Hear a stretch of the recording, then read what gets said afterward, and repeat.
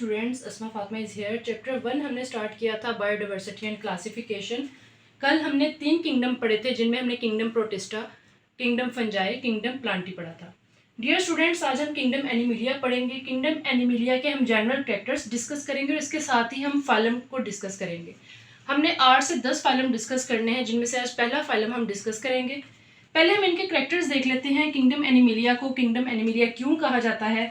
Dear students, आपने ये बात याद रखनी है कि ये किंगडम एनिमिलिया में तमाम ऑर्गेनिजम्स जो आते हैं वो यूकैरियोटिक हैं। यूकैरियोटिक का क्या मतलब है? इनमें ट्रू न्यूक्लियस मौजूद है। ये बात मैंने आपको बहुत बार पहले भी बताई है। इनमें ट्रू न्यूक्लियस मौजूद है और इनमें मेम्ब्रेन बाउंडेड ऑर्गेनेलिज हैं। मल्टी सेलुलर क्यों है? इनमें गोल्जी ऑपरेटर्स, माइटोकॉन्ड्रिया और अदर जो ऑर्गेनेलिज हैं वो मौजूद हैं।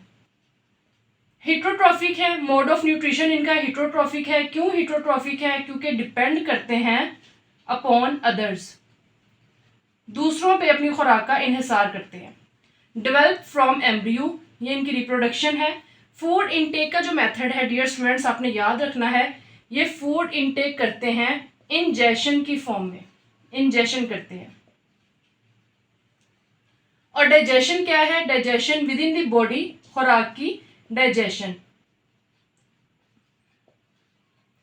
डियर स्टूडेंट्स, ये हमने जनरल कैरेक्टर्स पढ़े थे जो आपके फिंगर टिप्स पे होने चाहिए। Eukaryotic, multicellular, heterotrophic, develop from embryo, food intake और डाइजेशन।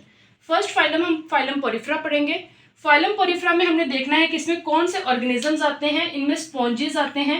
स्पॉन्जेस क्या हैं? स्पॉन्जेस अगर देखा जाए तो इनका जो साइज है, इनकी जो लेंथ है, लेंथ रेंज है, इनकी लेंथ रेंज है कुछ इंचेस से 11 फीट तक। ये आपकी बुक में नहीं लिखा, ये आपको एक्स्ट्रा मैं नॉलेज देने की कोशिश कर रही हूँ। जो आपने याद रखना है कि इनकी जो लेंथ है या इनका साइज है वो कितना है। लोकोमोशन की बात करें तो ये सेसाइल है। सेसाइल का क्या मतलब है? ये एक्चुअल में नॉन मोटाइल है, ये मूव नहीं करते, ये एक जगह पे पड़े रहेंगे।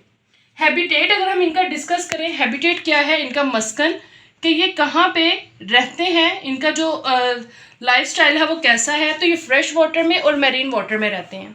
फ्रेश वाटर की अगर हम बात करें तो फ्रेश वाटर में क्या है और मैरीन वाटर में क्या डिफरेंस है? डियर स्टूडेंट्स, आपने याद रखना है, फ्रेश वाटर में जो सॉल्ट है, सॉल्ट उसकी डेफिशिएंसी है। कम सॉल्ट वाटर जो है, कम नमकीन पानी जो होगा वो फ्रेश वाटर होगा, और जिसमें सॉल्ट की कंसंट्रेशन ज़्यादा होगी, सॉल्ट की कंसंट्रेशन ज़्यादा होगी, वो हमारे पास मैरीन वाटर है। फ्रेश वाटर की जो एग्जांपल है हमारे पास वो स्पॉन्जिला स्पॉन्ज है, और मैरीन वाटर में हमारे पास यूप्लेक्टिला आते हैं। ये क्या है हमारे पास? ये वीनस फ्लाई ट्रैप है।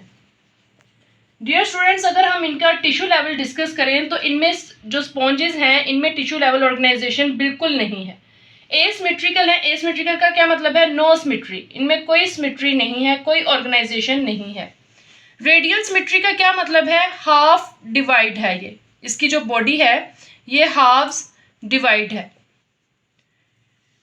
Nervous system, respiratory system, digestive system इनमें एब्सेंट है, ये बात आपने याद रखनी है।